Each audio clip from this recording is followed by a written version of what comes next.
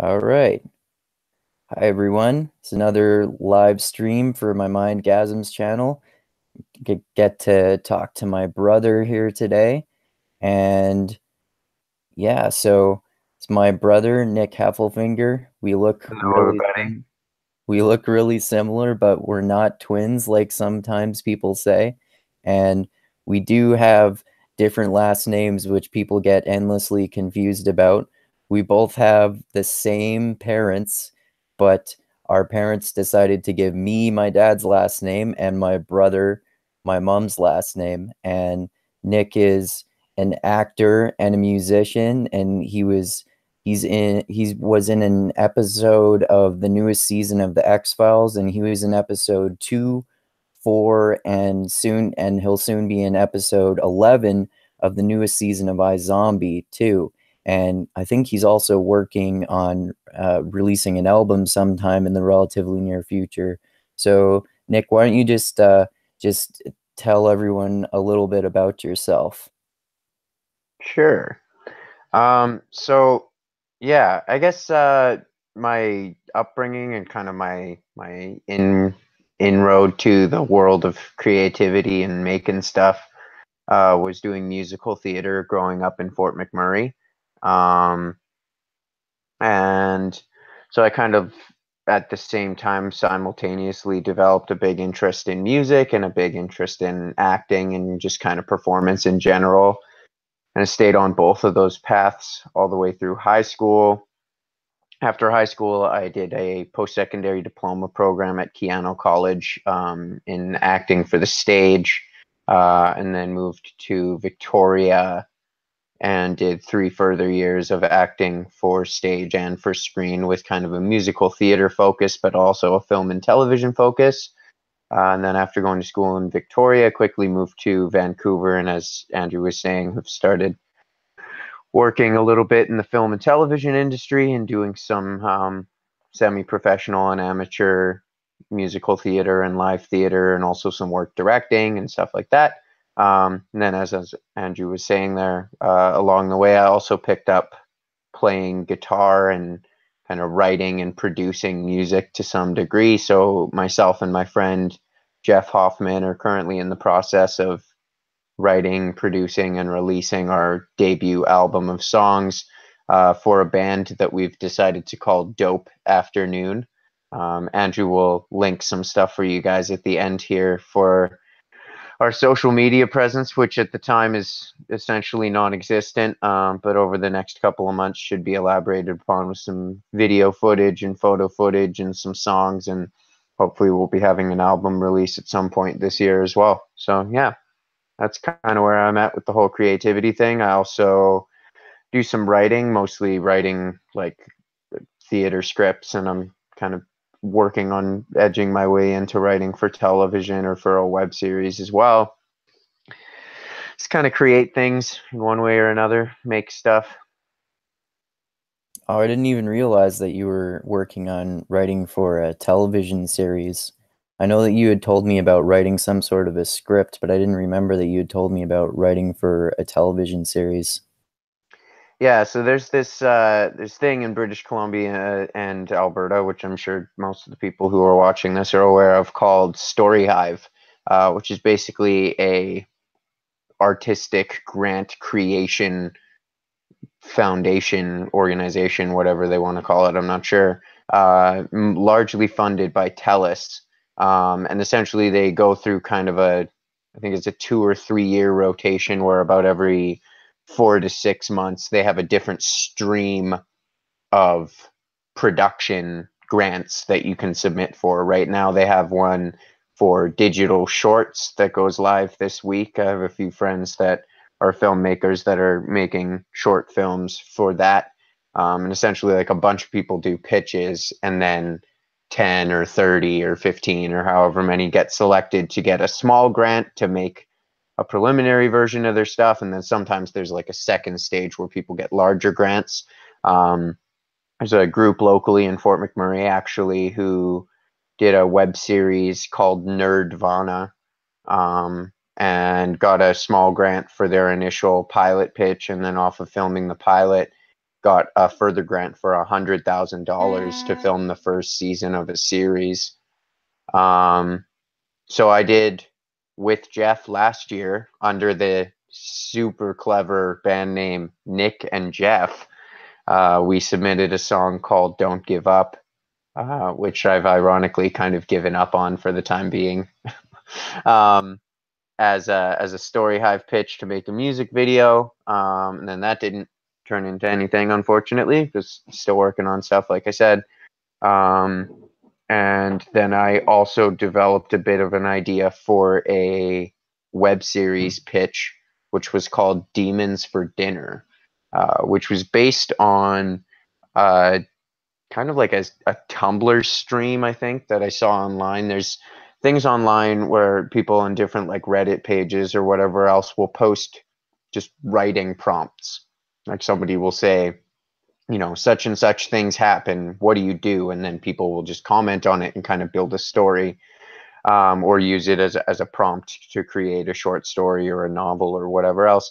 And I read this one that was like, while at home making a sandwich, you inadvertently draw like a satanic symbol with your condiments and summon a demon who then does your bidding, and you end up giving him the sandwich because you're not really sure what else to do.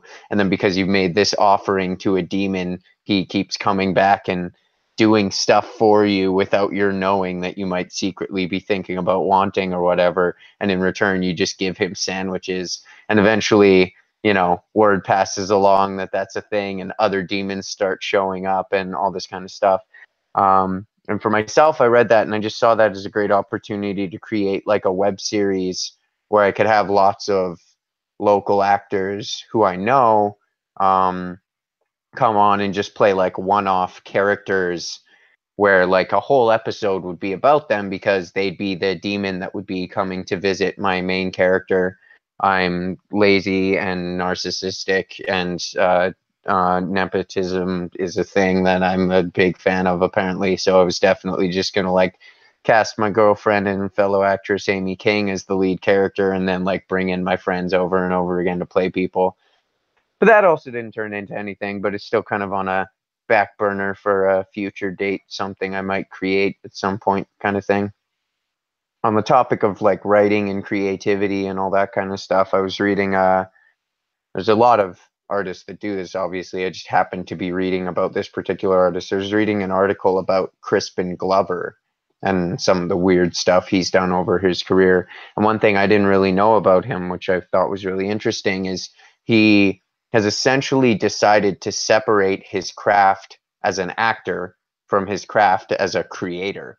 So he'll take on an acting role regardless of what he thinks about the script, or regardless of like whether or not he thinks it has profound artistic integrity or presents immense challenges to himself as an actor or anything like that, because he knows that taking on larger roles in films that are maybe a little less, meaningful, if you want to call it that, will often yield him the money that he can then afford to fund his own projects and not have to worry about whether they make money. He owns like a castle or something in Czechoslovakia, and he's converted the stables there into studios where he'll film a lot of the stuff that he wants to make and then just release it himself. And it doesn't matter if it makes money or not, because he made like a bunch of money off of being in Charlie's Angels or off of being in Hot Tub Time Machine or whatever else. Oh, that's really cool. I had no idea about that, about Kristen Glover. Yeah, I think some people who might watch this live in the States, so it's good that you mentioned Story Hive because they probably had never heard of it, I bet. And yeah, in terms of like writing and creative projects and stuff like that, I guess yeah, like our upbringing, I would say, was probably very different from a lot of other kids here in Fort McMurray, Alberta, Canada, when we were growing up, because it's like oil country, right? So I remember that a lot of our friends when we were growing up, they were rich kids who had rich parents who worked for the oil companies, and so they always like it always I I don't know about you, but I think you're probably similar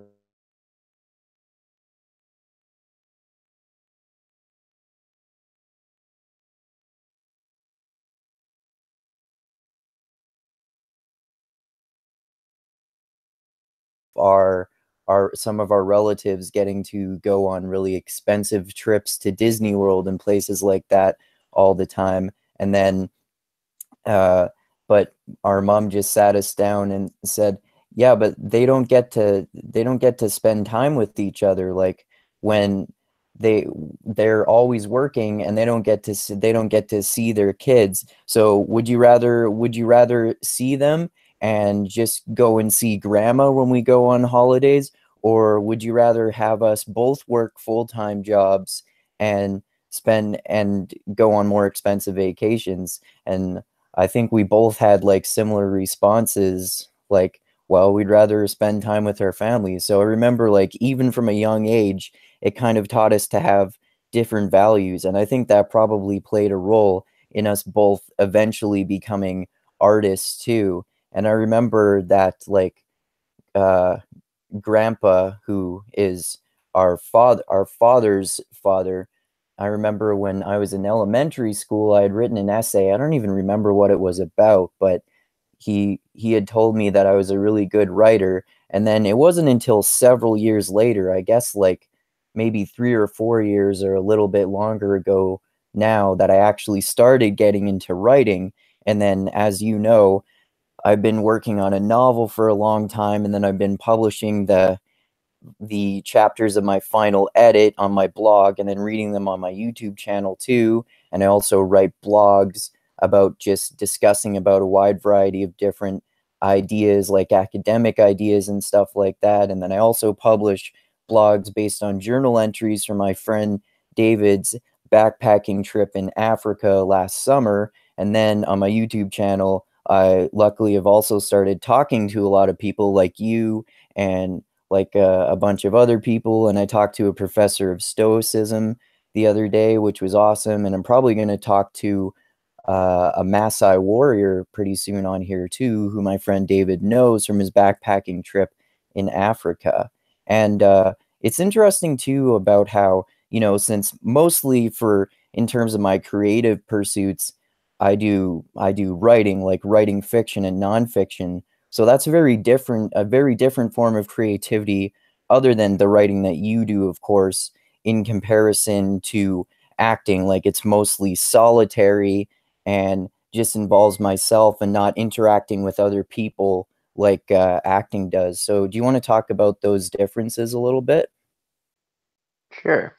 Um, Back on the topic you were talking about just before that as well, I think a big part of what kind of influenced both of our interest in creativity, beyond the fact that I think we just, had creative parents who were fairly artistic and, were both singers and writers and performers in their own right. Um, so there certainly was a presence of that around us. And there was, I mean, an unbelievable encouragement for reading and for appreciation of the written word, certainly not just from our parents, but from like everyone in our extended family, essentially. Um, And but a there are huge part of books it in too. every room in our house too. Yeah. I actually, I've thought about this a few times. Lots of people I know, there's like one place in their house where there's books, or there's one place in their house that are kind of like the main bookshelves, and then maybe each person has a bookshelf in their room or whatever. If it's, a house from growing up where there's kids in the house or whatever else. In our house, there's like 5 bookshelves in every room. There's honestly like we recently, when I was home for Christmas last year, basically converted my old childhood bedroom into a library. Not because like I was like, ugh, we should be intellectuals and have a library, but just because we had that many bookshelves that didn't really have a place to go in the house, and because I don't live there anymore, it just kind of made sense to put them all in there. Um, but yeah, I think a big thing about both of us developing and becoming artists as well is that, more than anything else, our parents were always tremendous advocates for not discouraging us from things that we were interested in. it wasn't so much about like enforcing art upon us or pushing us to be creative or anything like that, nor was it about enforcing any other activities on us, but it was always about fostering the things that we already had an interest for and kind of encouraging us to pursue things if it was something that we already had a liking to, um, regardless of whether it might be financially feasible, regardless of whether or not they maybe even thought we were necessarily very good at it. Although knowing our mother, she thinks we're unbelievably good at everything. But you know, I think a huge part of what's kind of drawn some separation in how Andrew and I approach being creatives has more to do with just kind of our personalities underneath it. If you can't tell from watching the videos, I'm a little bit more of a outgoing and energetic and kind of forthright and forward person, and Andrew's a little bit more laid back and a little bit more introverted and a little bit more reserved and stuff like that. And well, there are certainly lots of performers that are fairly introverted and fairly quiet and reserved. It's a lot more common, I think, for especially in theater performance, for extroverts to be drawn there. I think the other thing that's really interesting is, please excuse me while I prepare some drug elements. I'm just gonna casually enjoy some marijuana while we do this talk. Which you have a legal prescription for. Yeah, I mean, that's the nice thing about being in Canada is you can get a legal prescription for it and have been able to federally for like a little over a decade. It's going to be legal this summer too. So there you go. Anyways, what the hell was I saying? You were talking about how actors tend to be extroverts. Oh, yeah. A thing that's been interesting in kind of the last few years of putting a little bit more focus into writing and recording music and playing guitar, and improving my skills as a guitarist as well, is guitar is fairly typically an instrument, I think, that attracts introverts more than extroverts. And I think a lot of that has to do with just the practice of actually getting good at playing a guitar is about spending hours by yourself just doing this over and over and over again and listening really closely to how it sounds and how it looks and how it feels and perfecting all of those elements. And I think for actors, for extroverts rather, as an actor, you can do all of those things and be perfecting all of those things in a group. And in fact, it only really works that way. It's challenging as an actor, to work on stuff by myself very often, because most of my work is about feeding off of another person. It's about responding to what somebody else is giving me. So without that other person to feed off of, I'm kind of just doing a lot of like theoretical application. I would liken it to working on acting by yourself is like doing a test in a lab, with every variable controlled and everything goes exactly the way you want it to. And working on an acting scene with a partner is like working on it in the real life environment that you're trying to replicate, with real human test subjects. You're not testing it on mice, you're not running a computer simulation, you're actually doing it. Yeah, I've often thought about the difference in, I mean, obviously it involves different skill sets, and not everyone has the skill sets that I do for creative writing and stuff like that. But to me, probably at least partially because I do have those skill sets, it seems way easier to me because like I'm just, especially when I'm writing fiction, it's just like I'm a god and I'm creating my own universe and everything happens exactly the way I want it to happen and exactly the way I want the reader to experience it. And I don't have to deal with all the details of explaining, okay, I want you as the actor to say this line in this particular way, and let's do like 30 takes of this, and then let's arrange it. We got to arrange it so that all of these complicated visual elements, like maybe in an action sequence, cars flipping over and stuff, we have to arrange it perfectly so that it looks like it's all happening naturally, but each individual action that happens actually has to have a lot of preparation behind it, and then you have to arrange the lighting and the sound and like ADR later on and stuff like that. I mean, obviously you know a lot about more about the industry than me, but to me it sounds a hell of a lot more challenging to do.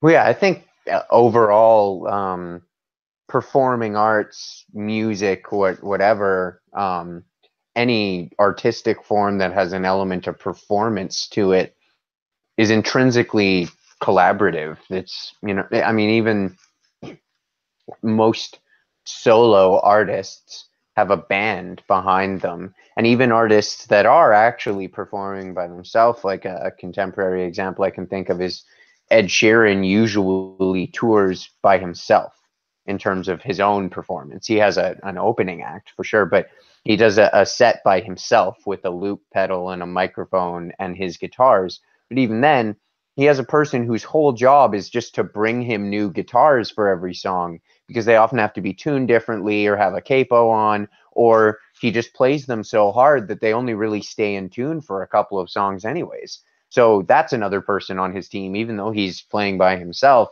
And then there's all the sound technicians and lighting technicians and road crew and everything else that make his set work as well as it does. Not to mention the fact that the caliber of performance he's at, he's also, you know, got video effects and all kinds of lighting and fog machines and whatever else. So it's a much more elaborate process. But I mean, like, that in a lot of ways, the interesting draw in kind of the music world is there's lots of people where, or there's lots of situations where there's one writer for a band and the other band members are musicians who show up to elaborate upon and finesse or create for their instrument the version of the work that somebody else has written.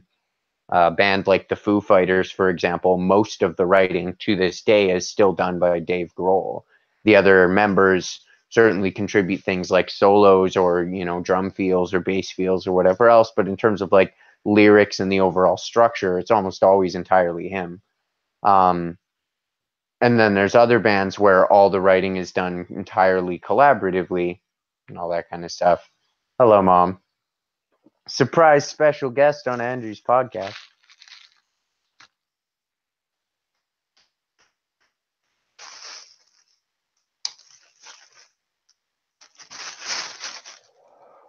I'm glad you left the microphone muted for that.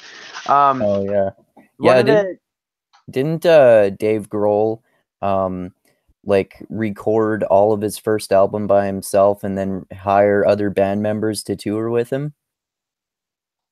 It's actually surprisingly a little more nuanced than that, but essentially yes. I read a book about kind of Dave Grohl's musical history over Christmas break this year, actually, called "This Is a Call." It's a really good book, and one of the things it talks about is just that. And essentially, what it was is he recorded all these songs by himself on tape in like 1996 or whatever it was, and he made like, I think he made like 8 copies or something like that, and he just was like giving them to friends, and then friends liked them so much he made more copies, and then people made bootlegs of his copies, and eventually it got around enough that people started contacting about like, what's this album, what are you doing with it, who is this band, blah blah blah, all this stuff. And when it got to the point where he was like going to be performing some of this stuff, he had to hire musicians to be able to play it, because he can't actually play all the instruments by himself at the same time. And it was kind of a combination of people he'd worked with before and people he was aware of before, or people who were colleagues of people he was aware of before, that just kind of came together. Um, and then the Foo Fighters have had kind of a really interesting change and metamorphosis and expansion of their lineup over the years, as different people either like joined the band or left the band, or, you know, took a break from the band and came back or whatever else. Um, on the topic of kind of like being the god of your own world versus having all these other people collaborating, I think in a lot of ways that's what's made film the most dominant medium in terms of um, audience reach and appeal. And one way, it's also it's just the laziest art form to consume, really. You sit still and allow all of your senses to be overtaken by a singular piece of art. It's got sound, it's got movement, it's visual. You're usually in a chair so comfortable that you lose awareness of your body a couple minutes in. So there goes touch. You're either like eating something delicious or not eating anything at all. So taste is either only a good factor or not a factor. Basically the only thing that could possibly interfere with film and television being an overall like perfect sensory experience is if something smells bad. Hence why we put a lot of butter and salt on popcorn, so that dominates your sensory perception. But I think it's How would you say also, the collaboration process contributes to film and television being more popular? that's what I'm getting to. Oh, I sorry. think because so many people are involved, it creates a more elaborate system of checks and balances where things that are just not going to work don't make it through to the end as often. Certainly doesn't mean that there aren't terrible movies, and sometimes that's because nobody caught the errors, and sometimes that's because somebody caught the errors, but the person they reported that error to didn't listen or didn't care. But it means that there's a lot more room for people to catch errors a lot of the time, I think. And then in terms of like creating stuff, more brains are pretty much always going to be better than less brains. Sometimes having one person who gets to make the final calls is good too. That's why we have a director in film and television and theater. That's why, in music production, there's a producer. In any artistic or any collaborative medium, even outside the artistic world, in like a trades setting, there's supervisors and journeymen and apprentices. There's hierarchy everywhere because ultimately sometimes it just needs to be one person's job to make a call and everybody else has to deal with it. And the responsibility of that decision falls on the person who made the decision, right? But I think the thing that's the really big kind of difference between being a writer, whether it's a writer for novels and nonfiction, blog posts and longer form works like you create, or a writer for film and television, or a writer for theater, or a writer of poetry, anybody who's writing words down to communicate ideas, is you're exactly right. You, at least in the time you're writing them down, have 100% control over all of the ways that that idea gets interpreted. Even as a writer for film and television or theater, until it comes to the point where maybe you're collaborating with a director or with a cast for changes to your script to accommodate other people's opinions than your own, at least when you're writing the first draft, when you're writing down the stage directions and everything like that, it's all in your control. So you're not just the storyteller, you're kind of the story too. You get to embody the world and the foundation of that world and all the information that's not written down that informs that information as well. J.R.R. Tolkien is not just the storyteller of Lord of the Rings and Middle Earth. He is Middle Earth. That's like who he is as a person because it's so ingrained in his creation of it. However, now that story, for example, has been interpreted as theater and as film and is soon to be as television as well, although I think it's probably happened as television before, for that matter. Oh, really?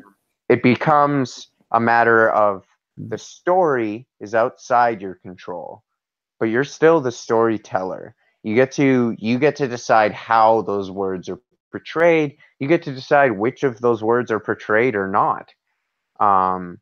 That's a huge responsibility that's often debated in the world of storytelling.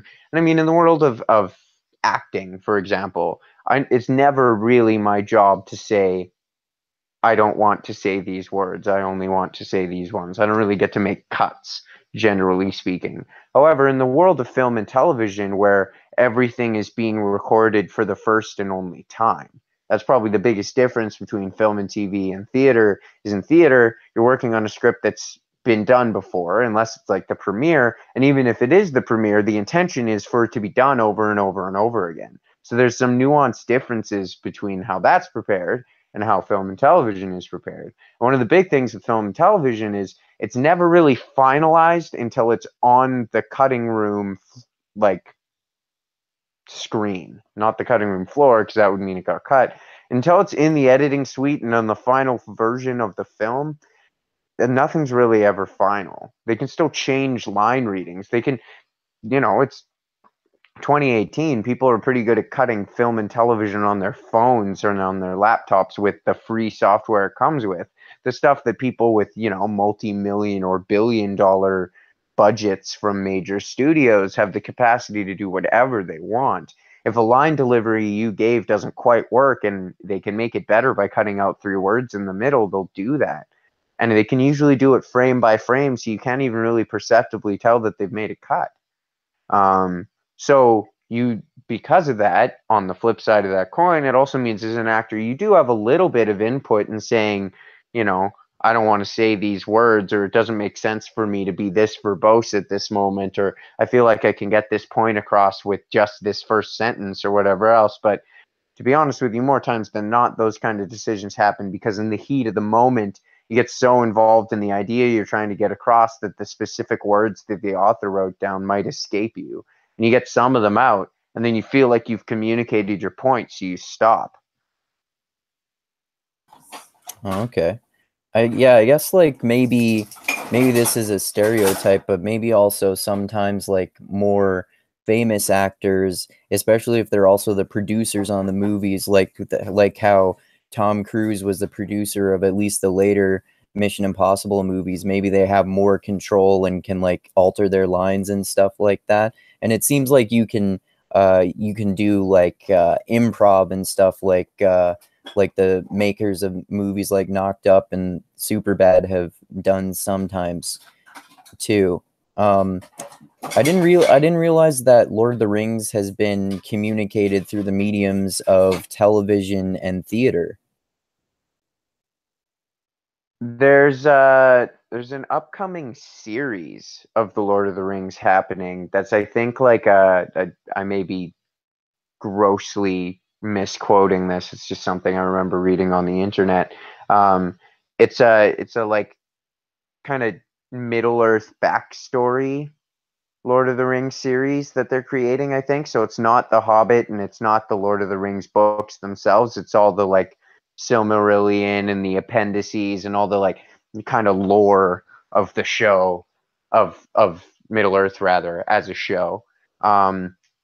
There's not really any prominent, really mainstream theater of Lord of the Rings, but there have been some smaller productions of some Middle Earth stuff. There's been like people have done like fringe shows of individual Lord of the Rings novels. They'll do Fellowship one year and Two Towers the next, and Return of the King the third.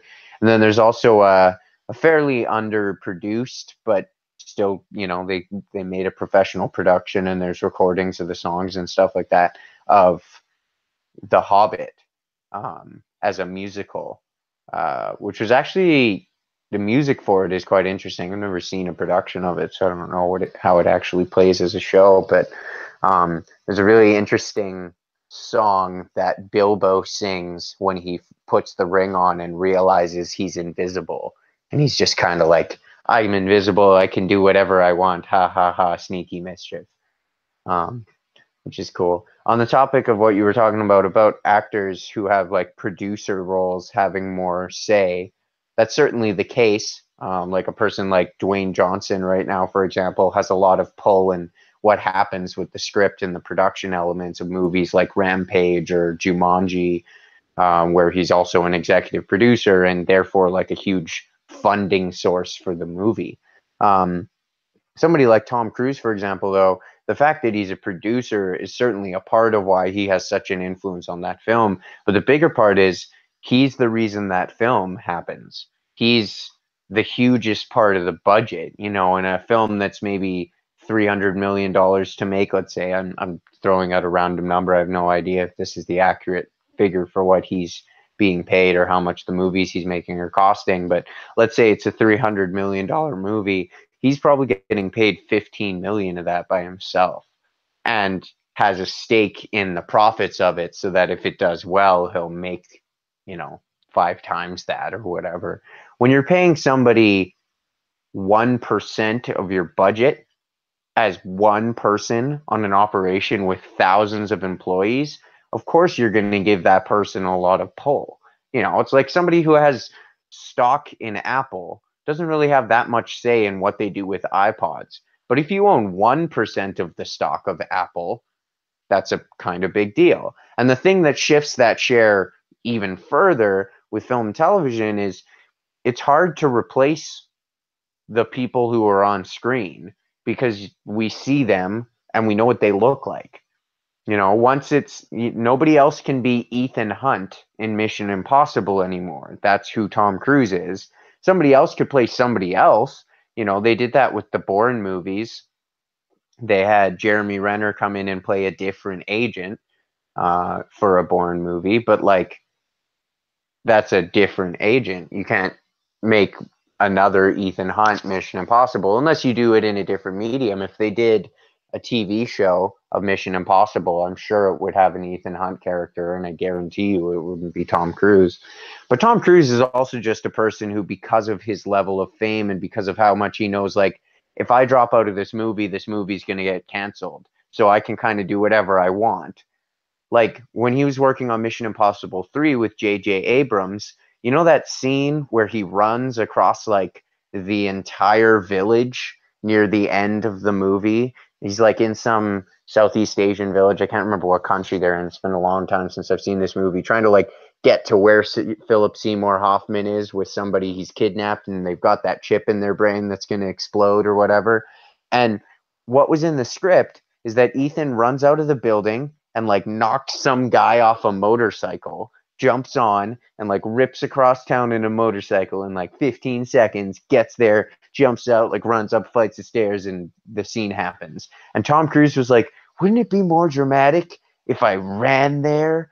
So instead of this motorcycle stunt, they spent like, I think it was like 3 days or something filming like all this footage of him just like fucking running across the thing. And it's become like his thing. Like if you watch Tom Cruise movies after like the late 90s, there's like at least a 5-minute sequence of him just like sprinting for some reason, when other transit options would make far more sense. But yeah, like big actors like that have all kinds of say and all kinds of pull. And then on the topic of improv, a lot of the time it has to do with the fact that film and television scripts are kind of constantly being morphed and updated and finessed to work with who's there and what's happening and what people think is the best version. And they hear it read aloud and then they want to make some changes, and then they see it rehearsed and they want to make some changes, and then they see it on film and then they want to make some changes. So sometimes it's better to just allow for the fact that actors are artists. We're creative and we've done a lot of thinking and a lot of investigating and a lot of like examining of the language and the structure of the story to get to being this character. And maybe if we improvise some like, I know who this person is, I don't know what they're going to say material, it might work. It might not, but it might. And we've got enough footage that we can do this for a while and not you need to use all of it, So that's often what happens. Yeah, in terms of the Tom Cruise thing, he's at least known for running in all of his movies, and Samuel L. Jackson is known for yelling in all of his movies, or at least most of them, and Brad Pitt is known for eating in a lot of his scenes in all or most of his movies, right? And it makes sense that people higher on people higher on the hierarchy in general, like have more power. But like there are examples too where it's almost like Hollywood just wants to continue their franchise regardless of the circumstances, like how in the show Spartacus, for example, the guy who played the main character, he died, and then they replaced the main character with a different actor because the guy who played the main character got cancer and died. And then there was like in that show Last Man Standing, that starring Tim Allen, that our dad is a huge fan of, they replaced the actor in the second season who plays, she's a secondary character too, but who plays one of the daughters. And, you know, like how they're, I think it was like the second Fast and the Furious movie didn't have Vin Diesel, and then the third one didn't have Vin Diesel or Paul Walker. So, I mean, I'm not disagreeing with your point, and you know more about this than me, but it seems like sometimes, at least, Hollywood just wants to keep the franchise running, and they'll replace the main character too. But then again, like someone like Tom Cruise is like a famous A-list actor who has a lot more power, so he's probably the type of person who's much less likely to get thrown out of the series and then have the series still continue too, I would say. I think a lot of it too has to do with rights. Like whatever studio it is that produces the Fast and Furious movies owns the right to those characters. So whether Vin Diesel wants to come back and play his character or not, and whether or not they think it's reasonable to recast him, isn't in his control. They can do whatever they want because they own those characters, having bought the material from the writer. In the case of Mission Impossible, I'm fairly certain at this point Tom Cruise has some stake in the rights to those stories and or those characters, and or just some like rights as creative property or whatever. Like I think it's at the level where he actually does have some say in whether or not they're allowed to tell these stories. But it's a case to case thing with each thing in the industry. And you're very right that like ultimately, it's a business. This whole industry is based around money and how profitable things are going to make or things are going to be. So always decisions are made for actors that are going to make more money. And we see all the time that, you know, if they think the show can keep going and do well and an actor wants to leave it, they'll keep the show going. You know, they did Scrubs after some of the actors in Scrubs wanted to leave. They did an entire season of that 70s show after Topher Grace left because they thought the show could still keep going on and they wanted to finish telling the story. The shows like I think it was Hope and Faith, where they randomly just like replaced one of the daughters with a different actress like a few seasons in. And the show New Girl, they have like an African American roommate slash best friend who's in the pilot, and then he like disappears, and there's like a random different African American roommate slash best friend, and like he's got a different name and he's a different character, but like if you're watching the show, you can kind of clearly tell like, huh, so this actor didn't test well for that part, and they wanted like a different funny black guy, as the studio would say, I'm sure. And then, like a couple seasons into the show, they ended up bringing him back because people missed his character and he wanted to be on the show.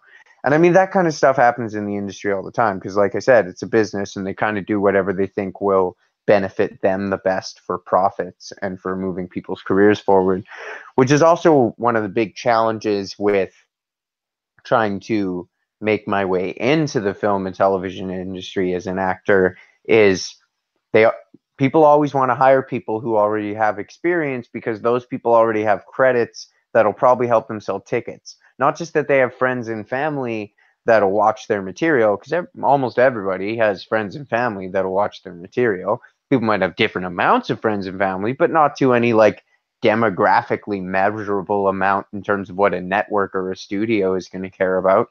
But lots of people go see a movie because Tom Cruise is in it. You know, lots of people go see a movie because Seth Rogen had a hand in making it. Lots of people go see movies because of the names of people that are in really big letters near the top of the poster or first on the marquee or whatever else, you know? Like I'm no different, and I don't really think any of us are. Most of us allow that to affect us because it should. We view those people as performers who do their work with integrity, and we want to support them for that by returning to see them do further work, while at the same time selfishly making that decision because we assume it will yield further good work and we won't be wasting our money watching something that's not good. Which is also why we get upset when actors who used to make decisions about the work that they do with a huge amount of integrity sell out, as we call it, start making decisions based only on whether or not they're getting paid, because we're like, I used to be able to count on you to do work that I really liked. And now I can only count on you to do work that's going to compensate you well. And really, they fucking should. It's their job. Like, they should be able to make choices that are going to benefit them career wise. Nobody gets mad at a plumber for taking a contract at a better building that's going to pay them more money for installing toilets than taking a job at the like shitty low end business that's not going to pay them very well. But somehow when it's artistic, we just assume that people should be these like selfless, money hating creatives that just like live off of their passion or something. But like, newsflash, I actually eat food and pay rent. That's a good point. What would you say it's more of a good thing or a bad thing for there to be like 8 Saw movies and 8 Fast and the Furious movies then? As an actor who wants work wherever I can get it, I'm tempted to say that anything that generates work for actors and creators in the film television world is hard to have a problem with. That being said, I do think that sometimes people are just making something because they know that it'll have a following because it's a sequel. And I wish sometimes they would just like do that, but just not make it a sequel. Like, take that story idea and just like make it a new script. And even if after the fact lots of people end up saying that movie was a lot like Fast and Furious, at least they will have gone to see it because they wanted to and because they were interested in the story and the characters, and not just because like Hollywood pumped out another one of those things alike. Yeah, didn't Anyways, the pause for a makers second. I need to go grab a snack. okay. I'll be like 15 seconds or less, trust me. Okay.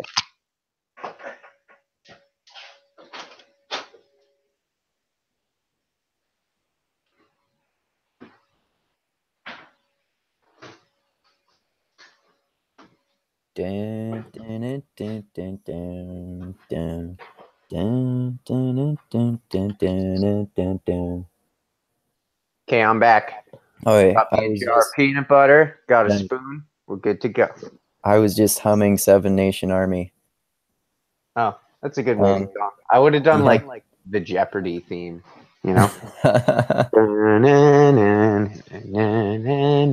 Anyways, didn't the makers, or at least some of the makers of the Fast and Furious movies, just do just that exactly what you were describing? I think they made some movie. I saw an ad for it about people who perform a heist during a hurricane or something, and it said something like directed by Justin Lin, starring or these people who were some of the producers in the Fast and the Furious movie were involved in this too. I haven't heard about that, but it wouldn't surprise me at all. And I mean, to be fair about that, I mean, like, Kevin Smith still mostly writes movies about like people having conversations about like dicks and farts and stuff because that's what he's good at, but he also has branched out a lot. I mean, he writes comic books, obviously. He also directs episodes of like Supergirl and The Flash and stuff like that. Oh, I didn't His know more that. recent movies like Red State and Tusk are like horror movies more than they're, funny stoner flicks. I haven't seen Um, Tusk either. Have you seen that? I actually haven't seen it. I've just seen some clips from it. Red State is awesome though. Yeah. So what was it like to work on major shows that you've worked on, like The X-Files and iZombie? I mean, to be honest with you, so here's a funny thing for you. When you arrive on a film and television set, the first place you have to go is called circus, which I was like, huh?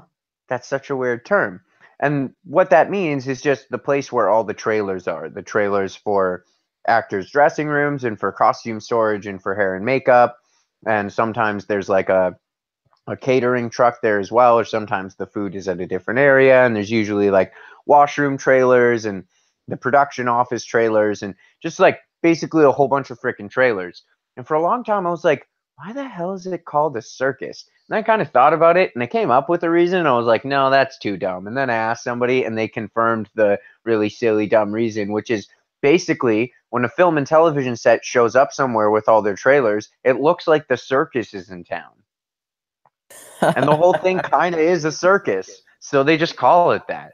That's funny. Um, and then, so you show up to circus, and I mean, I've only ever worked on either like major network television shows like iZombie and X-Files, or like super no budget, as in like, you know, we fundraise like a couple $1,000 to make a short film or a student project kind of thing. Um, Independent stuff. So I don't really have any knowledge of what the middle ground might be like, where like, you know, maybe there's not a trailer for every actor, but there's, you know, a green room tent and a stuff like that tent. Um, but I do know that like the level of like prestige and amazingness that I'm a party to as a what is referred to in the industry as a day player. So somebody who's only on set for a single day of a TV show.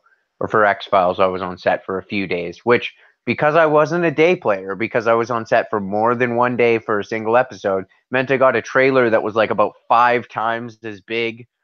Like my trailer for iZombie is like not much larger than this couch. Like there's a small couch area, there's a small area where my clothes is hung up, the door opens into it, there's a little opening, and then there's like a little like porta potty. Well, like not porta potty, it's in a trailer. It's like a like what you would have in a camper trailer, toilet and a sink.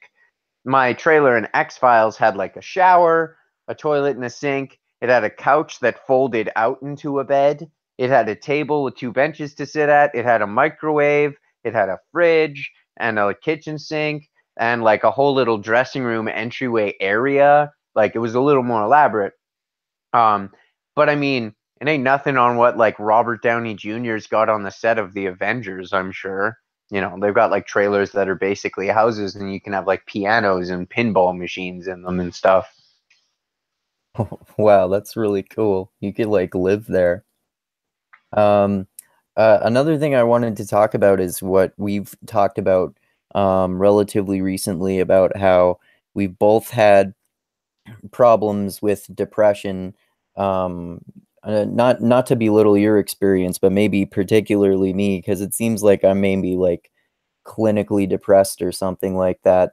And you know, talking to people like you and my friends and stuff like that about it, and sharing our difficulties and experiences, and you sharing yours with me, and trying to help each other through it just by talking about it, and sometimes making suggestions, but sometimes just venting about it and stuff like that too. I find that really helpful.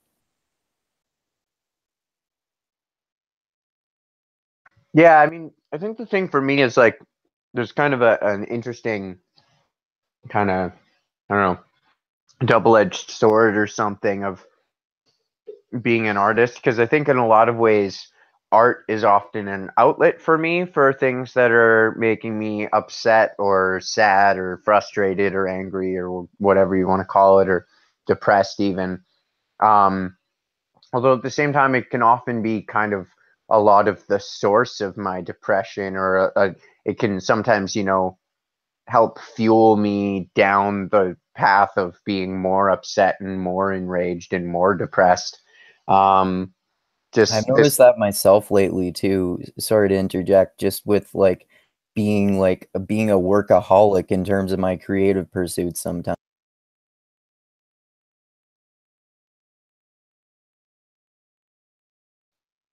yeah. Like I think one of the things that's hard is you want to, you know, you want to use your art as an outlet, and you want to feel like you're still being productive and doing the things that you like.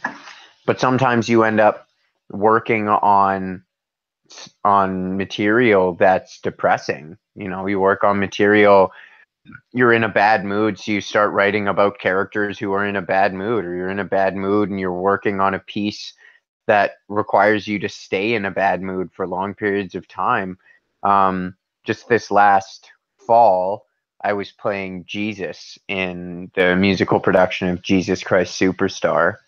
Um, And people think I'm joking when I say this, but I do honestly mean this quite literally, that bearing the burden of the pain and sin and suffering of humanity on the shoulders of a singular human being is a large task to undertake. And I say that, and people laugh and they're like, well, yeah, but you're just playing Jesus in a musical. You're not really. And I'm like, well, yes, but for the 2 hours that I'm actually on the boards of that stage, I'm going through the challenges that that character is experiencing.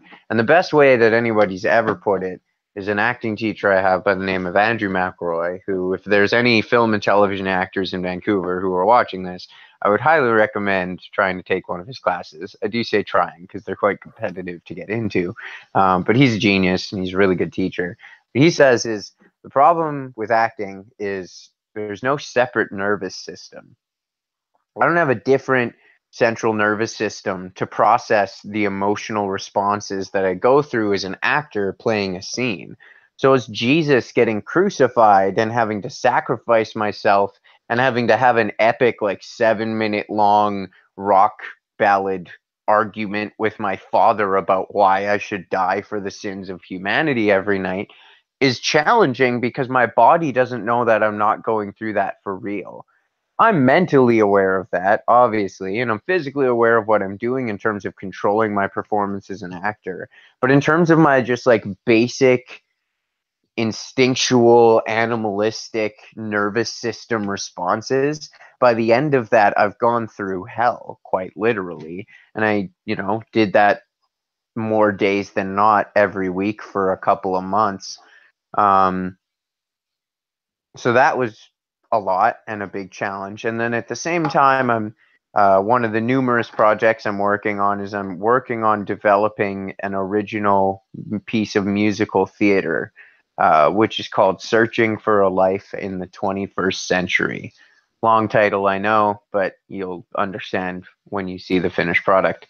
It's essentially about exactly that. It's about a group of 20 somethings living in a couple of apartment rooms across from the hallway from each other, searching for a life, searching for what to do with their passions and their existence and their time on this earth, essentially. And kind of the inspiration for me to create it is I've always kind of wondered why so much of musical theater is based on something else. Most musicals, this is probably not something you're aware of, Andrew, something people in the musical theater community are quite aware of.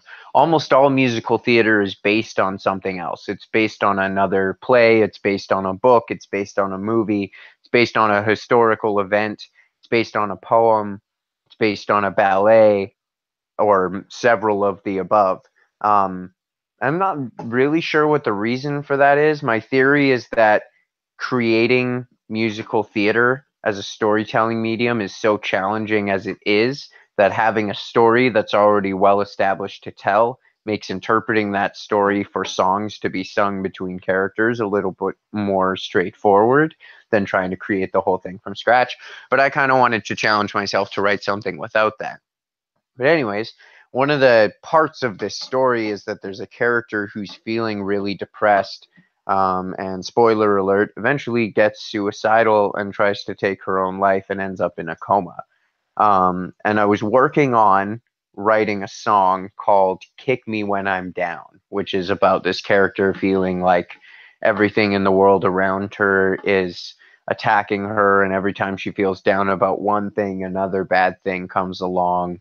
The kind of when it rains, it pours mentality.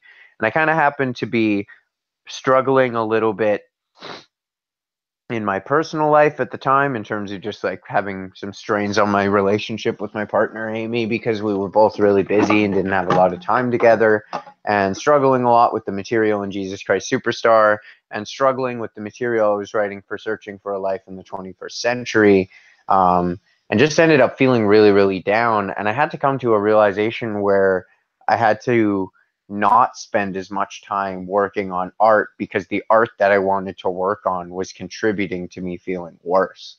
I happened to, at the same time, be struggling a little bit with the work I was doing as a fundraiser for charity in terms of just like actually signing people up to donate and getting people interested in helping out. So all of that combined together kind of just made things really challenging at once. And I think the thing that's important to remember as artists, when we view our creative time as like a safe haven for boosting ourselves, is it only works that way if you're working on like uplifting material. And the burden of being a creator, of a storyteller or an artist, I think, is that it's our job to deeply, thoroughly, and inquisitively examine the human condition in all its facets and forms. It's not our job to steer away from the dark corners and the shadowy recesses and the uncomfortable sensations and the things that we don't like, nor is it our job to steer away from the things that we enjoy and that make us comfortable and that seem well adjusted and content. It's only our job to interpret the stories and share the positions of characters and see what that might bring to an audience through that, you know. I remember you telling me about working on that play now that you mention it. This is interesting though, because this is it's the aspect of that you're talking about how working on something creative that's dark having a negative effect on you. I think this might be a difference between us. Either maybe it's a difference between acting and writing, maybe it's a difference between you and me, maybe it's a kind of a complex mixture of both. But for me, I guess part of it is also that a lot of this creative stuff that I do is either like conversations like this or blogs that I write that are nonfiction, so they're inherently not that upsetting. But also, like when I work on fiction, if I'm writing a poem or a short story or working on my novel, most of that, most of the fiction writing that I do tends to be like really dark and violent or depressing or stuff like that, which just kind of happens naturally because I like to follow my intuitions when I write. But for me, even though it feels it feels completely real for me when I'm immersed in that environment that I create. Maybe there's still some level of separation because when I'm not acting and interacting with other people in this mindset, but for me, I always feel kind of like detached, especially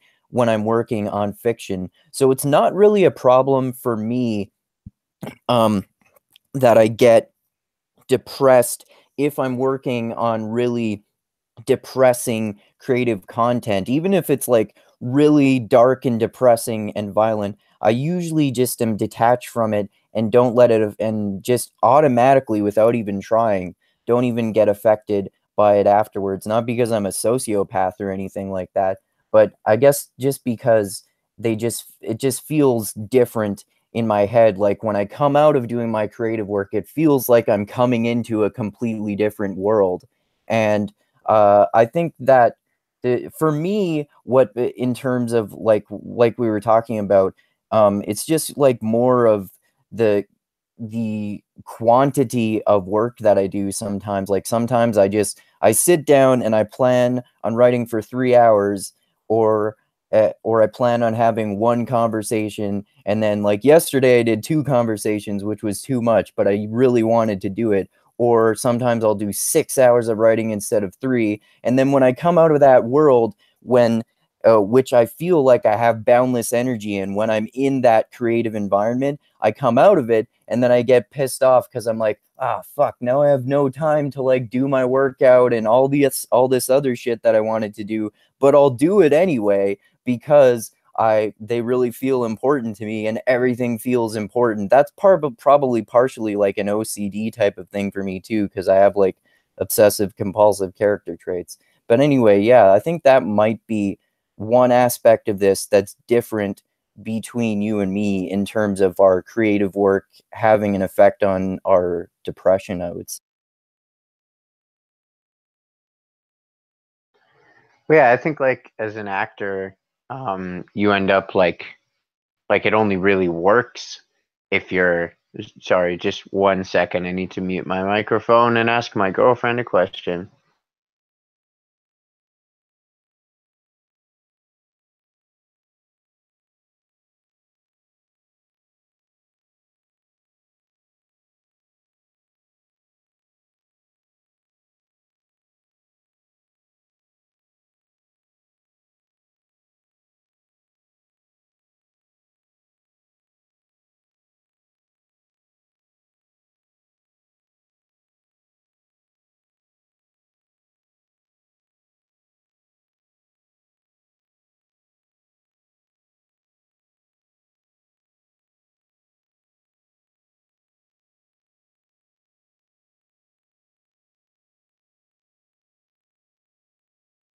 Okay, I'm back. Okay. Sorry about that, folks. What were we talking about? What was it? Oh, relationship. Yeah. Yeah. So as an actor, it only really works to tell a story if you're in relationship. If you're not deeply connected to the character you're playing and the people your character interacts with, you can't really tell the story genuinely. As a writer, and I can speak to this from my experience and kind of reflect on this and what it sounds like you experience as well. You're kind of more an observer than you are a part of the story. You're reflect. It's almost like you're watching a movie as you're creating it. Um, That's part of so why I've so it always does kind of allow felt you like to. an outcast from society. So that kind of allows you to be detached from stuff. However, at the same time, I think you're just like a little bit of a sociopath, and you could give a fuck about your characters. There was a funny thing on the internet a few years back now, I think, of J.K. Rowling posted the day that would be the anniversary of the Battle of Hogwarts. Um, and she was like, RIP, all those lost. I hated, I'm having a moment of silence over my keyboard. I hated killing some of those people. And then George R.R. Martin comments and says, "Oh, my sweet summer child," because he's killed like every character in Game of Thrones. Yeah, like every character dies. Yeah.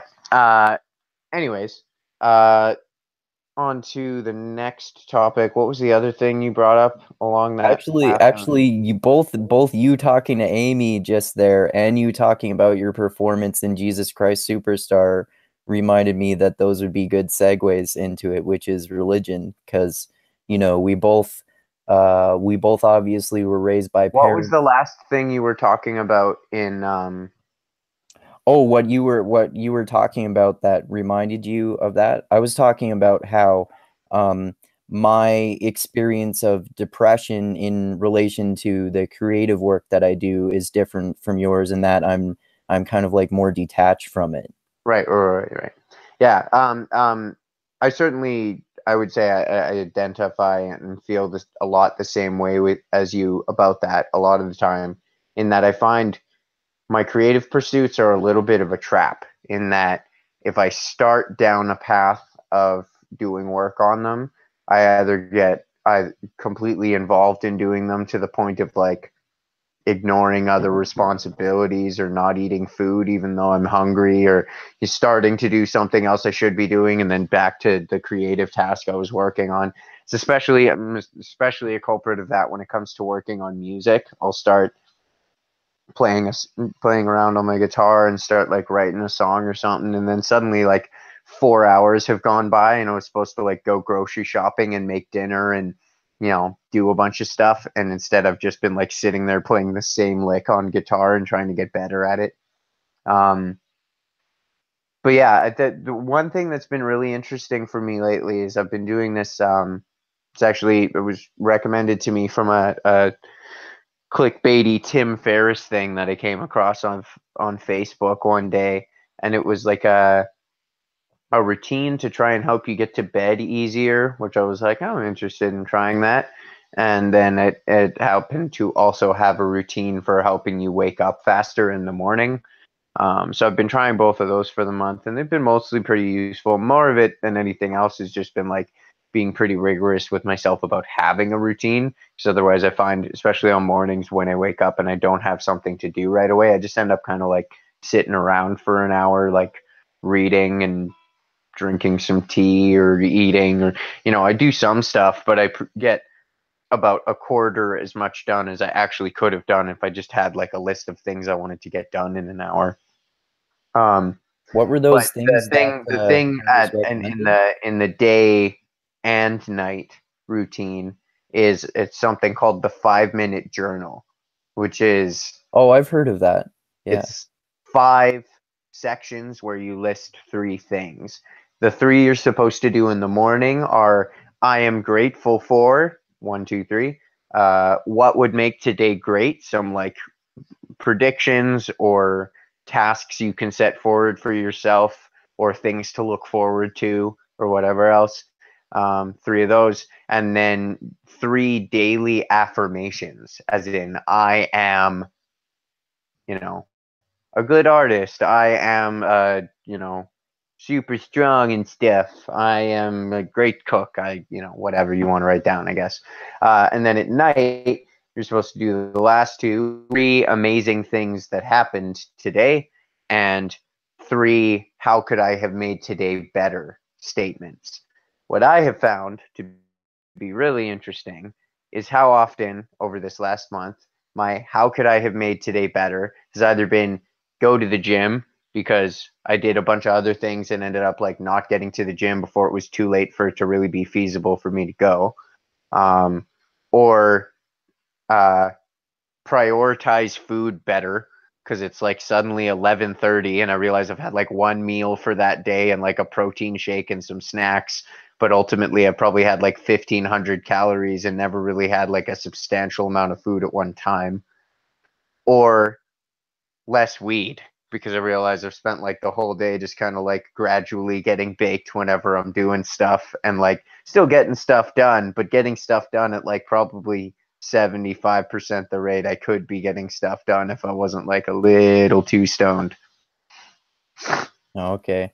I I like don't have those problems, partially because I deliberately intermittent fast almost every day anyway, other than the one day when I don't, and also because like I'm obsessed with working out, so I always do it, and also because like I'm pretty much literally disciplined to a fault to a certain extent, so I most of the time only get baked once a day, and mm, in terms of, and then like I would say like just I would say that I'm disciplined to a fault, because like if I've spent, even regardless of how way too much time I've spent on my creative work, I'll still work out because it'll feel like a fucking mortal sin for me to not do it or something. So like every day I will do everything that I planned on doing and I will skip nothing, even though I should skip some stuff often. And sometimes I do. Like, I just didn't shave for a week until I just did earlier today. But have like, I think part of this is because like I don't want to I don't like creating stories and creating learned helplessness or anything like that. But you know that like when I was a kid, uh I was told that I had not full-blown OCD, but like obsessive compulsive character traits. So I think that might at least be partially why I get like really strongly emotionally attached to the dumbest fucking things. Like I have to shave today because I had planned on shaving, and if I shave tomorrow, the world will fucking end. Yeah, I was gonna say, like, I would say a larger part than you're probably even necessarily aware of is definitely just like your obsessive compulsive tendencies to like have a schedule set out for yourself and feel like you have to get those things done. But I mean, I can identify with that a little bit too. I mean, I make like lists for myself of things to get done, or lists of stuff I want to do in a month or in a week or in a day or whatever. And if I don't do all the things, even if I'm like consciously aware of the fact that the 2 things I missed doing this week I can just do tomorrow, I'm still like, man, I didn't get my stuff for this week done. And then I'm like, except literally no one else cares than me. And when you Exactly. start to realize that the only person you're being held accountable is yourself, you're like, I'm allowed to cut myself slack whenever the hell I want to. I should also hold myself really accountable to try and get all, if not most, of this stuff done as often as humanly possible. But I am allowed to like not, because the only person I'm going to get in trouble with is me. Anyways, you wanted to segue into another topic. Yeah, yeah. I was mentioning. I was just saying earlier. I wanted to talk about our experiences with religion, particularly because I'm actually not entirely sure how your perspective on it compares to mine now. And just to tell everyone who's watching, I've said this on some of my other live streams, but obviously not very many people watch these anyway. So like we were both raised with parents who are ministers, and just to try to make this as concise as possible, they basically left their church because they performed a wedding for a lesbian couple, which at the time was in line with the policies of the United Church that they were part of, which is kind of a progressive Protestant denomination of Christianity that's, as far as I know, exclusive here to Canada. Um, and so it was in line with the policies, but at the time, gay marriage was still illegal in Canada, and a bunch of people had a problem with it and complained about them behind their backs, and they got in trouble, and they weren't going to get fired, but they thought they were pretty fucking sure that they were going to be asked to resign. So they just resigned before they were asked to, and basically like my experience with it, I actually don't know how this compares to your experience either, about how your perspective changed on it. But mine was that it didn't really have that much of an effect on me in terms of thinking about religion at first, because I think I was maybe around 10 or so, or maybe even younger than that, and I just didn't think about those things then. So it wasn't until probably at least a few years later when I first learned the word agnostic, ironically, from our new minister at the other church that we started going to, which was the Presbyterian church.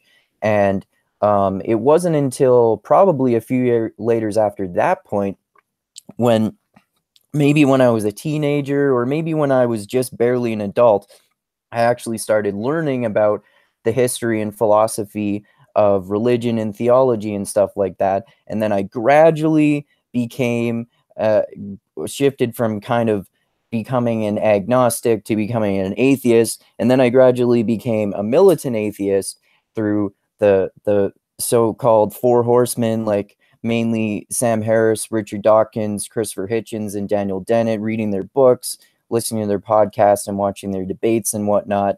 And then it was probably at least a few years after that when I started learning about politics, because I had not learned about politics for my whole life pretty much. And I was pretty much not delusionally, but like obliviously progressive for my whole life without knowing it, because our parents are kind of that way. And then I started examining politics and learning about different ways to look at it, and develop more sympathy for more conservative views. And then that eventually helped me develop more sympathy for more religious views. Conservatives are more likely to be Christians than liberals.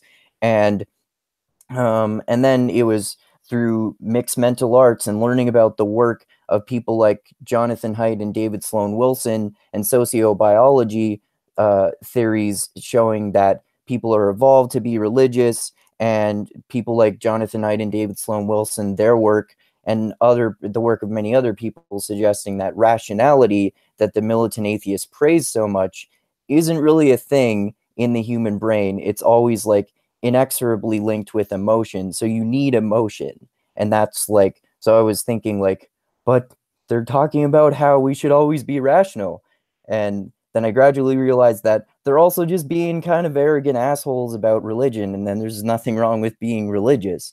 So that's my unintentionally long-winded saying of I I was Christian, then I became an agnostic, then a militant atheist, and now I try to be a much more open-minded atheist, and I don't really care what people believe as long as they don't harm anyone else. So, wanting to talk about how your experience compares to mine, and maybe how being with Amy, who was a Mormon when you met her, contributed to your views shifting a little bit, if it did.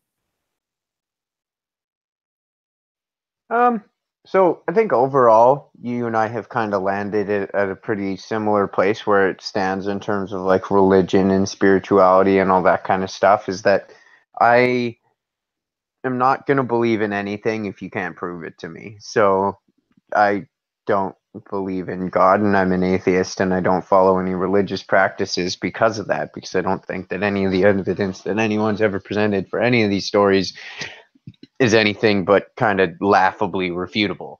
However, if somebody came to me with a religious story that had evidence, I'd be interested in hearing it and examining the evidence and coming to my own conclusions about it. I, like yourself, am also of the opinion that if your religious beliefs and positions don't do any harm to anybody, then I don't really have a problem with it.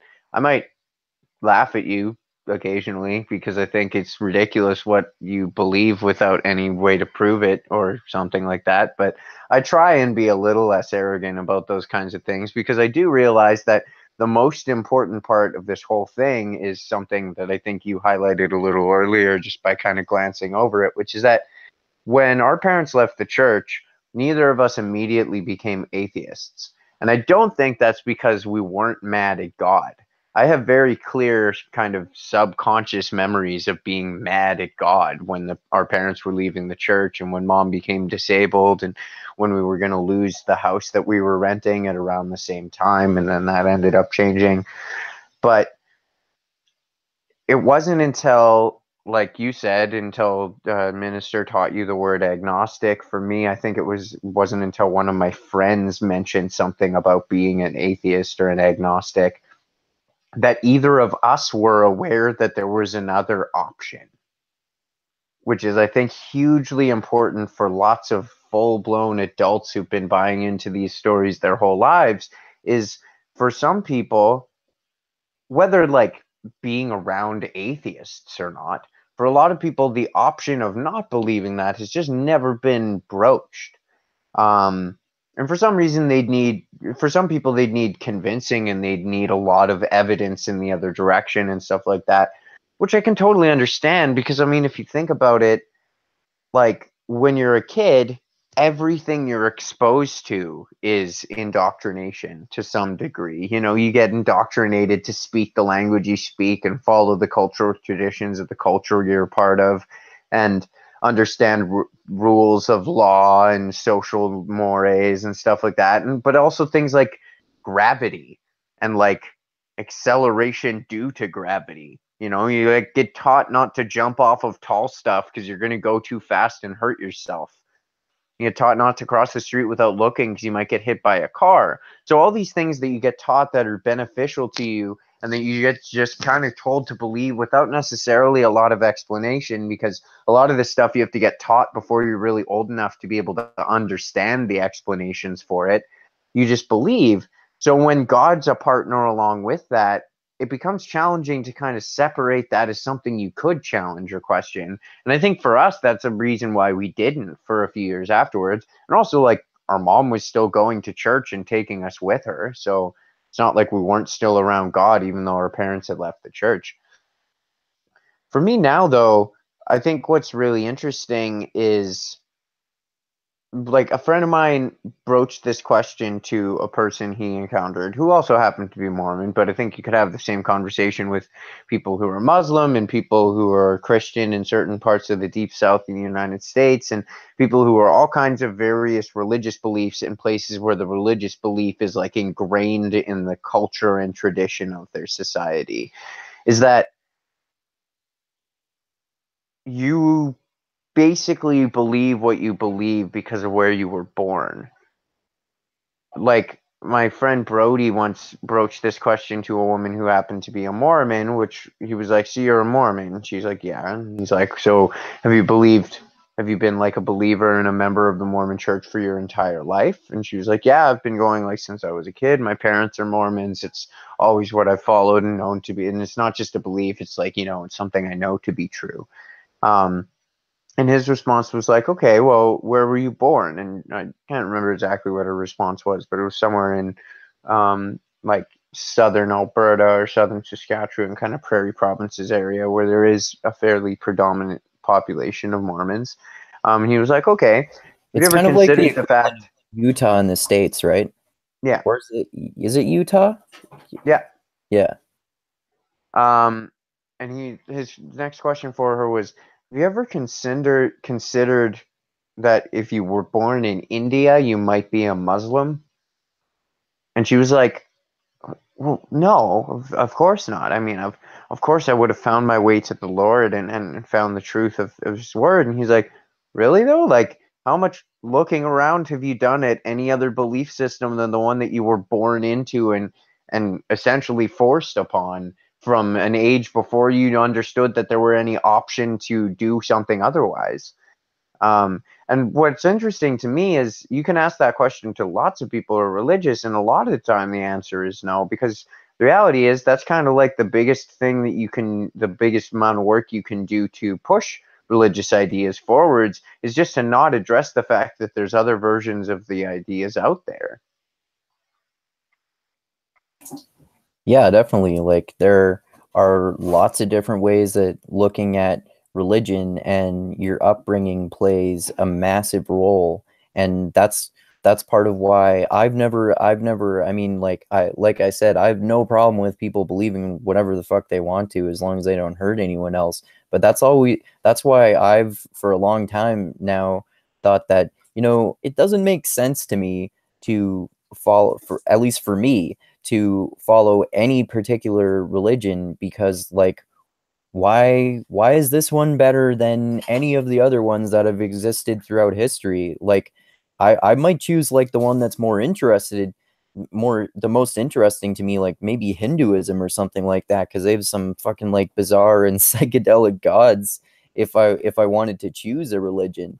But to me it just doesn't make sense. And I think importantly too, I don't really get anything out of like believing in God and stuff like that. And a lot of people do, and that's fine. I just get it. I just try to get like inspiration and wisdom from as many different sources as possible and try to not be exclusive to any religious belief or anything like that. But I am more interested than I ever have been before in just investigating every different type of mythology and stuff like that. Basically, like when I was a militant atheist, I just thought, religion is evil and dumb. Why the fuck would you just be religious? Just don't be religious. Religion is evil. but I'm pretty much pretty much done uh ironically preaching from my soapbox about the evils of religion now, I would say. Yeah, well, I mean, I think it's only ever really useful if you want to have a dialogue with somebody in an effort to convince them of something, or even if you don't want to persuade someone of something, at least if you want to have a comfortable dialogue with someone, it's important to try and highlight areas where you might find common ground. So, for all people on Earth, I'm pretty much as an atheist as anybody else is. Because there are thousands of gods that we as a human species have created over the history of time. All the different mythologies, all the different. That's another really interesting one to me is like if there's a religion that people still believe in, it's called a religion. But if there's a religion that all the people who used to believe in it died, it's now called a mythology. Like Norse mythology and Greek mythology are not that far separated from a lot of religious belief systems. Anyways, random tangent. My point No, that being, that I makes me think it more was, open to learning about them too for some yeah, reason. I don't know if that's the same with you. Yeah. they're Like kind of just all interesting mythologies. Like when I yeah. was doing Jesus Christ Superstar, I read a couple books that are like National Geographic accounts of like examining all the archaeological and historical evidence of the areas evidenced in the Bible at the times they're supposed to be happening, and the historical accuracies and inaccuracies, and a lot of just interesting facts and information. And I was like, this is fucking fascinating. This is like historical fan fiction that's like 3,000 years old that we still have, that's allowed us to preserve a lot of really cool information and learn a lot of stuff about how human society developed. like regardless of whether or not all the stories are true, it's still really interesting to learn about. I mean, like, Yeah, say what you that's a will great about point. whether or not God exists or Jesus was ever a real person. There's a pretty interesting book about what went down in the time that they supposedly did a bunch of stuff. I mean, the first couple of chapters are a lot of begat, begat, begat, begat, but once like God kills the entire human race except for a few people on a boat, and then we all like procreate a bunch and bring everybody back, it starts getting pretty interesting.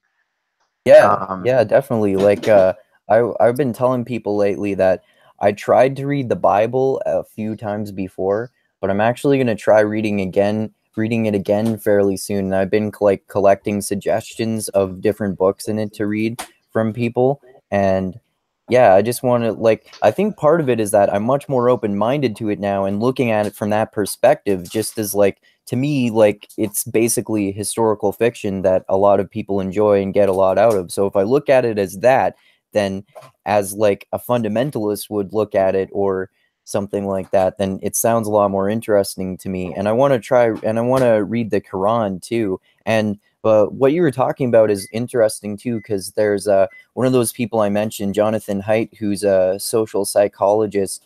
One of his books is called The Happiness Hypothesis, and it's kind of one aspect of it anyway is about how there have been lots of wisdom traditions throughout histories, like religions and mythologies, and a lot of them have really useful, like pragmatic, profound wisdom for living your daily life that still applies today, regardless of how scientific it may be. Like, and that's basically one of the major, the same reason as one of the major reasons that I appreciate like ancient Greek philosophy, like Socrates and Aristotle, because they figured out a fuck of a lot. Humans figured out a fuck of a lot back then before they had modern science, which I think is at least partially because the human brain has not changed that much at all over probably at least the last 100,000 years or so, or maybe even longer than that. So that's part of why like people to me people are so confused about like how the pyramids were built and stuff like that. Like there are wild and crazy theories about how aliens built them, bro, and shit like that. But it's probably more likely that they had such advanced knowledge of like geometry and architecture that it might have just like rivaled our own knowledge about those subjects now. So yeah, like there's a lot of use like these philosophies are still really useful regardless of how much you believe them to be true or not, I would say.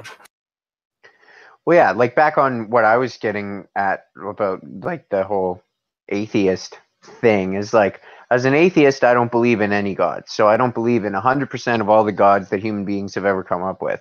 For most people who believe in like one god, whether you're a Christian and you believe in God, or you're a Muslim and you believe in Allah, which is just God in a different language, or whether you're Jewish and you believe in the same God, but some of the stories that were written down about him are fake, or whether you're a Mormon, or, like most major religions believe in the same major dude at the top of the pyramid, you know?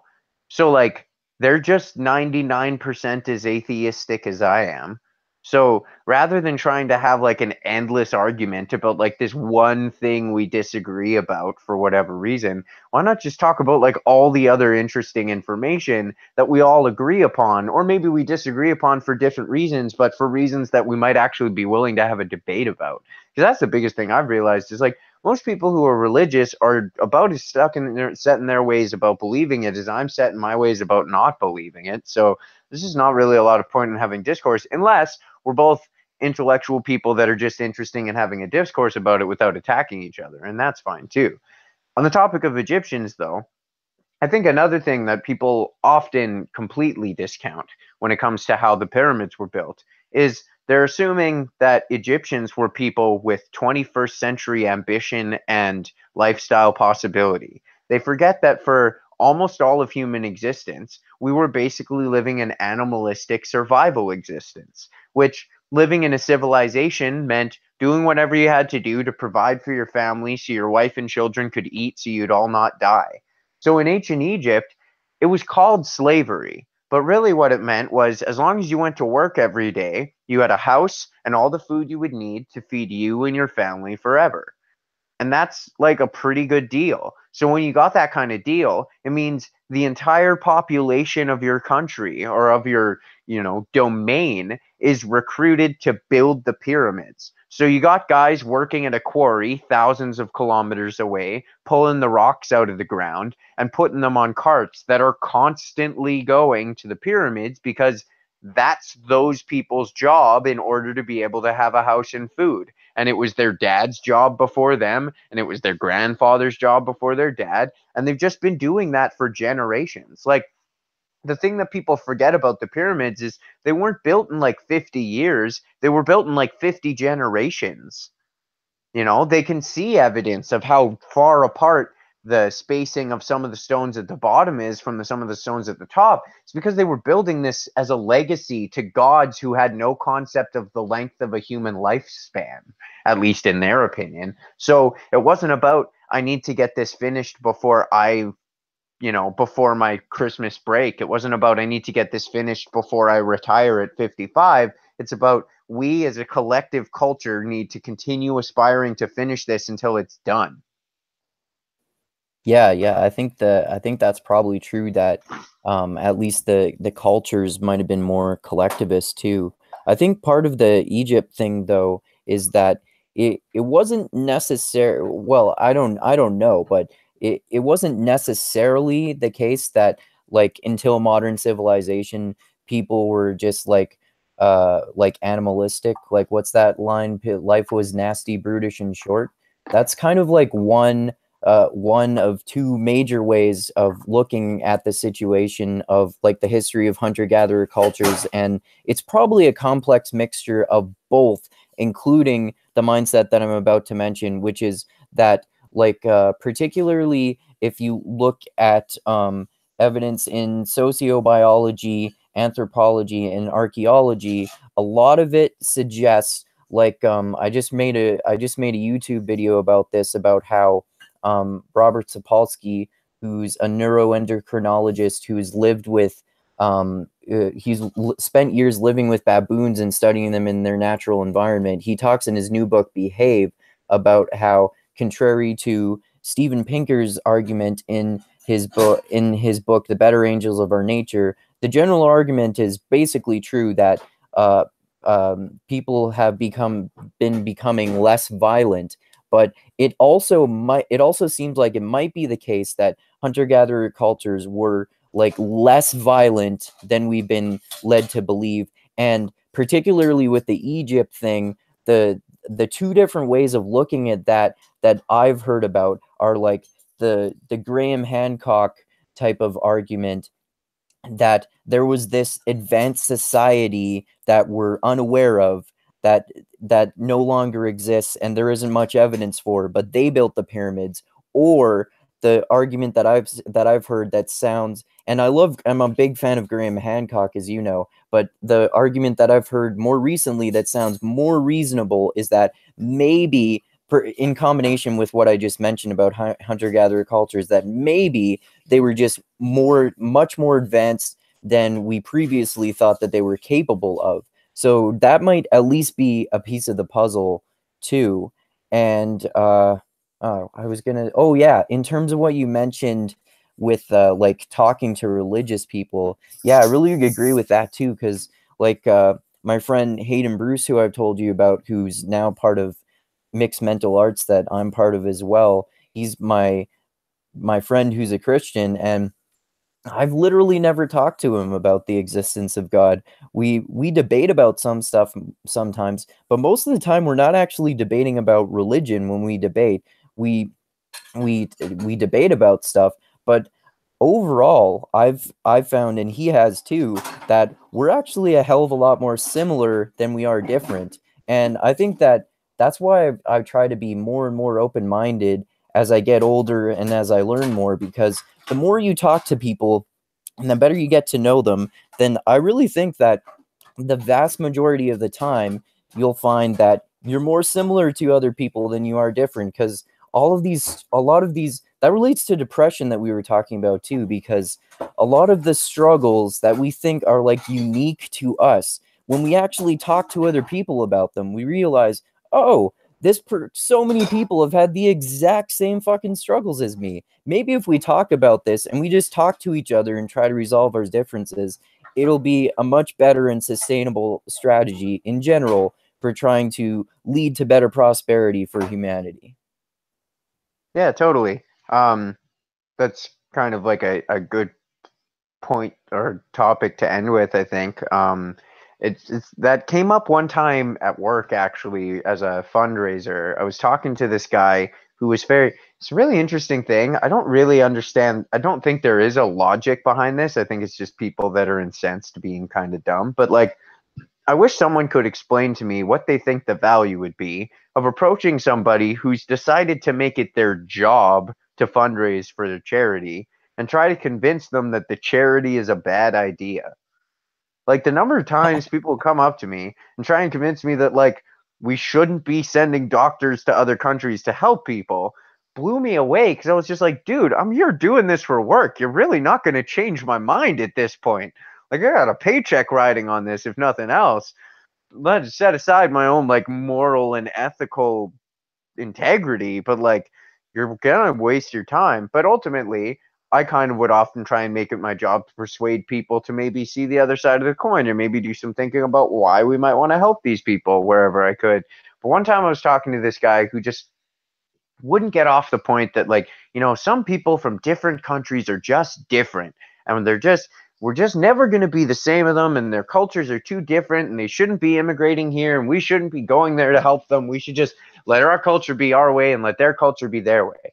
And the thing that I thought was really ironic about it was he quite clearly had an accent from an Eastern European country, maybe Russia, maybe a former Soviet Union country, not sure, not really relevant. I just thought it was interesting that he was like clearly not from Canada and talking about how people are different should just like not be coming here and we shouldn't integrate. And I'm like, dude, you're different. You're from somewhere else. That's why you sound different than I do when we speak the same language.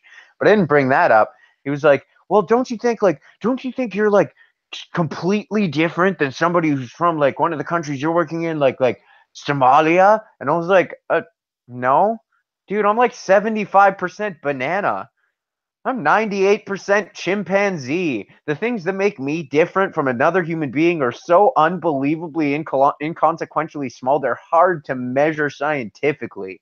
Like, you have to get a really specific test done to show on a piece of paper with DNA the things that make me different than any other human being.